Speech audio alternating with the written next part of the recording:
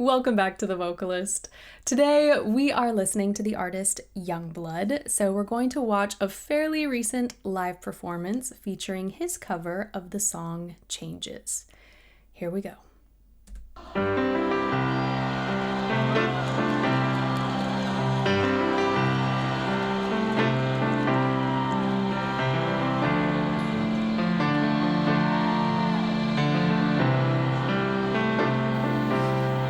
I feel unhappy,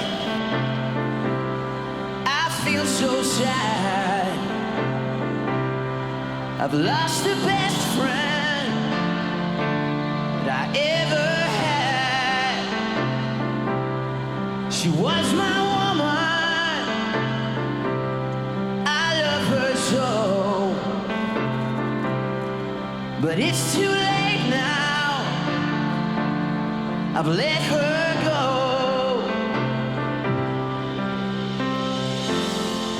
I'm going through changes. I'm going through changes. I'm going through changes.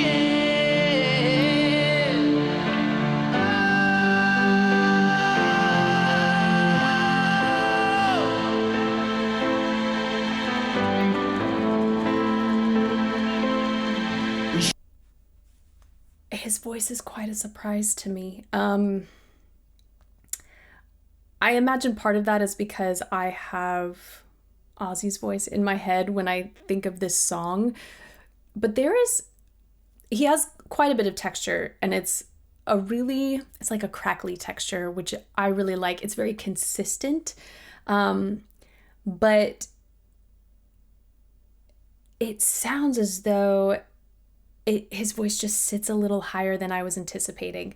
There's a really beautiful brightness in his sound, and yet as you watch him sing, he opens his mouth quite a bit. It's not as though you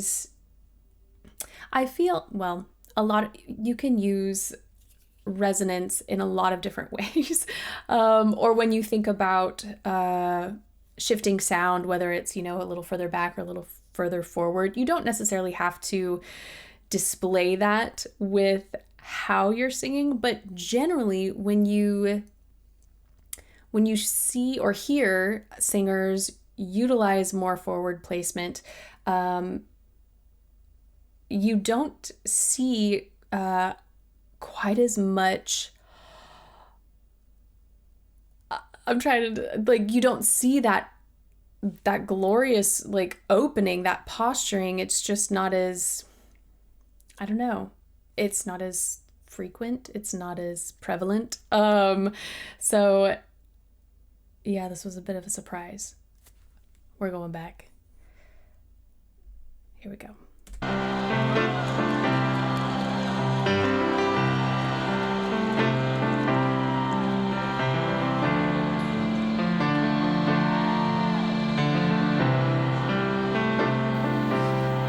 I feel unhappy. Do you know what? Listen to that first note when he sings I.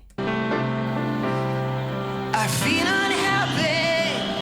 It is so different from what happens next. That is a little bit more of that sort of open pharyngeal back warm sound that I think I envisioned or I heard in my mind when I was getting ready to, prep for this song. I feel unhappy. But then he pulls it forward so quickly. I feel so sad. A little there on sad. I mean, obviously, when you're lower in your range, it's a lot easier to take advantage of some of these warmer, velvety sounds because you don't have to work as hard to, I'm going to say place the notes. I was hesitant, but you don't have to work as hard to place the notes because we're not worried about singing high. We're just enjoying that natural sympathetic chest vibration and those really nice open posturings, whether that's with the throat or with the mouth, relaxing the tongue, lifting the soft palate. You can do so much more in mid-range with so much more ease. And so I'm very curious to hear him speak. I'll have to look up an interview after this just to see where his speaking voice wants to sit. I've lost the best friend Even on Friend. that I ever had. She was my woman. I love her so. But it's too late now. I've let her go.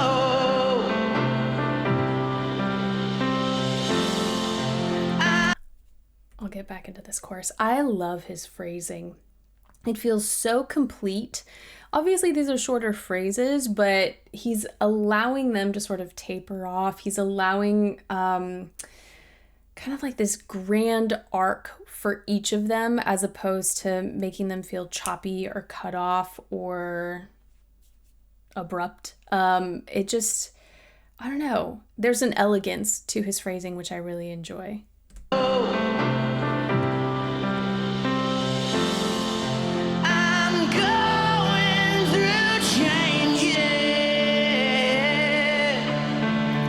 Looks so easy, like when you watch his face. And again, I do think his voice sits higher, but also now having sort of heard this first verse again and how he kind of goes back and forth with placement, we're getting obviously more brightness. There's a little bit of added ping, that nice bite, that edginess. It's so smart because it's making this so easy for him. I think if he were to try and not even try, if he were to use that kind of rounder, fuller approach that we heard a few times in mid-range, that consistently could lead to strain, could lead to fatigue. And if you're doing a lot of live performances, if you're touring, all of that, like, we have to have tools to like save our voices and have stamina and longevity. So it's such a great sound, but it's also such a clever sound as well, like the way he's using technique to make this effortless. I'm going through changes. I'm going through changes.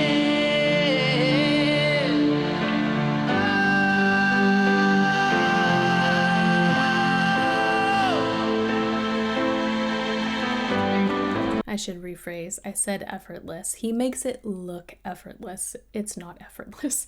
Man, and this texture coming in again, it's like, yeah, just that little bit of static. It's such a great sound, not only for this song, but I imagine like the other stuff that he does, this particular vocal texture just suits beautifully. We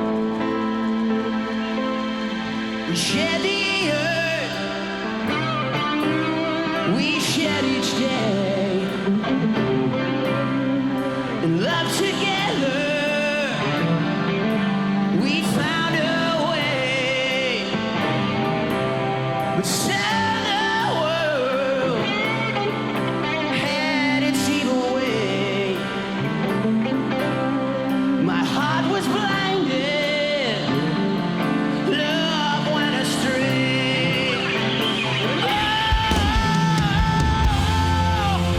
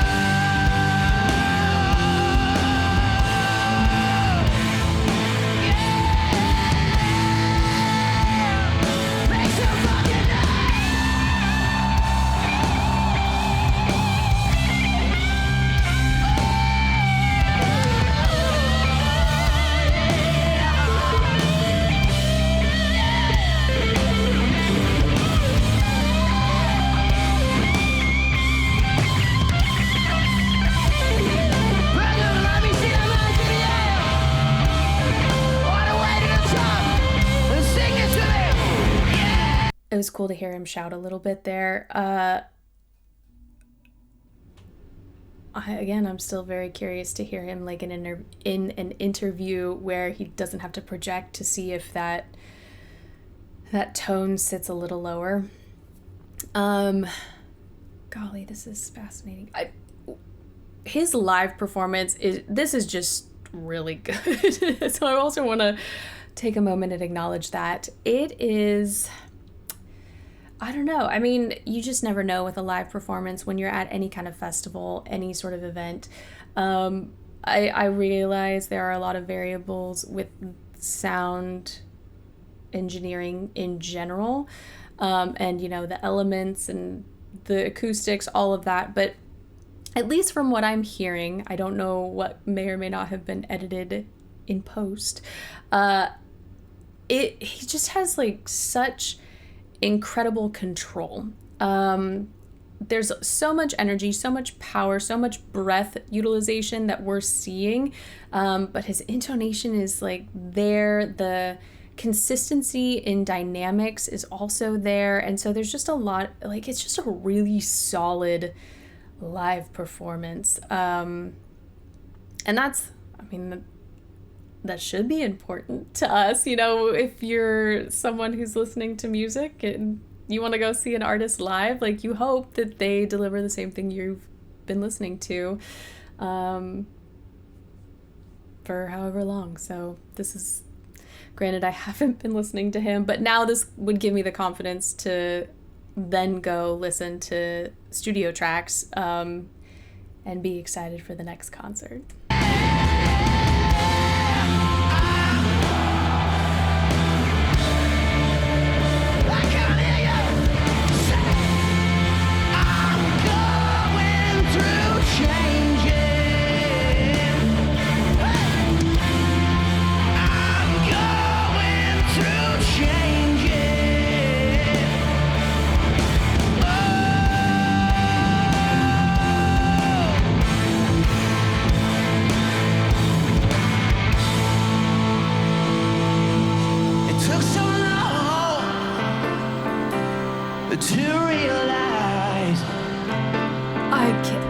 I love that sound. Oh my goodness. And I think the part of it is just because he uses it so purposefully and sparingly. And so we're not getting a lot of that throughout this performance, but occasionally when we do, it's so good. That velvety, warm, like, placement is further back there, and it's just such a pretty sound. Took so long to realize, and I can still hear her last goodbyes. Now all my days. You could hear, this is such a great example, when I talk about glottal onsets, e, that just is a quick way to firmly get the chords pressed together. Listen, he does it in this last verse. Now all my days. Let me back it up just a smidge more. And I can still hear her last goodbyes. Now all my days. To my ears, you guys can tell me if this is not the case. I feel like there's a little less texture following his glottal onsets, which would make sense because in order to get that textured sound, he would have to pretty quickly like find a little bit of release, a little relaxation in order to let more airflow through. But that's hard to do instantly when you've just executed a glottal onset. I can't speak to what is intentional and what isn't, but the fun thing about vocal analysis and vocal technique is you can kind of do a little reverse engineering to get the sounds you want. So if someone were working on this song one way of achieving something that's a little gentler is, of course, shifting dynamics and singing at a lower volume, which it does kind of sound like he's doing here in this particular moment. But if you're worried about incorporating too much texture, a tool that you have is glottal onsets so that you can't let that air flow through as quickly when you're attacking the notes in such a firm, pressed way. I filled with tears, wish I could go back and change these years.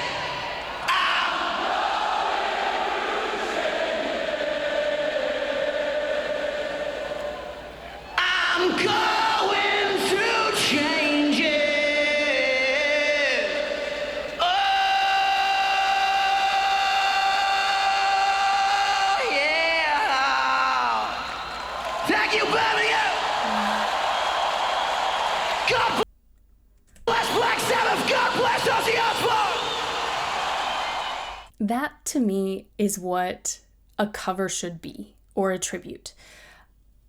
Correct me if I'm wrong, but I believe this performance took place before Ozzy Osbourne passed. I know a little bit about the relationship between Yungblud and Ozzy Osbourne and just how much respect and admiration Yungblud has for Ozzy.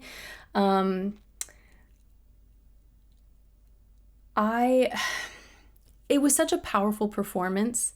I feel like it was, and I've talked about this briefly, when it comes to covers. I think you have to either bring something completely new to a song, or you have to honor the original and not try to take away from it. And this just felt so selfless to me. I don't know why. Maybe it was just like a vibe, like, but I would imagine, if you're someone who respects the original artist and what they've already done, it's so much easier to step aside and try to perform a song in a way that that person would respect, that artist would also perhaps have chosen to perform the song in. I don't know if I grammatically finished that sentence correctly, but as opposed to, a singer taking a song and saying, I can do better. No, like, it's not about doing better. It's about taking a piece of music that is already so beautiful and complete and saying, let's keep this going. And that's kind of the vibe I got from this performance. I will absolutely be listening to more from this gentleman. He just really has such a fascinating voice. I mean, I could imagine, well, obviously he's singing this incredible ballad. I'm going to call it a ballad. I know it's more like rock metal ballad, but it has qualities of a ballad. But the edginess, the bite in his tone, especially that upper range, I imagine he can do some really crazy stuff. The texture is beautiful, but also when he completely eliminates it and we got that nice velvety warm sound, there's just a lot that he does, and it was cool to see. So we'll leave it at that. Thank you guys so much for this recommendation and for watching with me, and hopefully I will see you next time.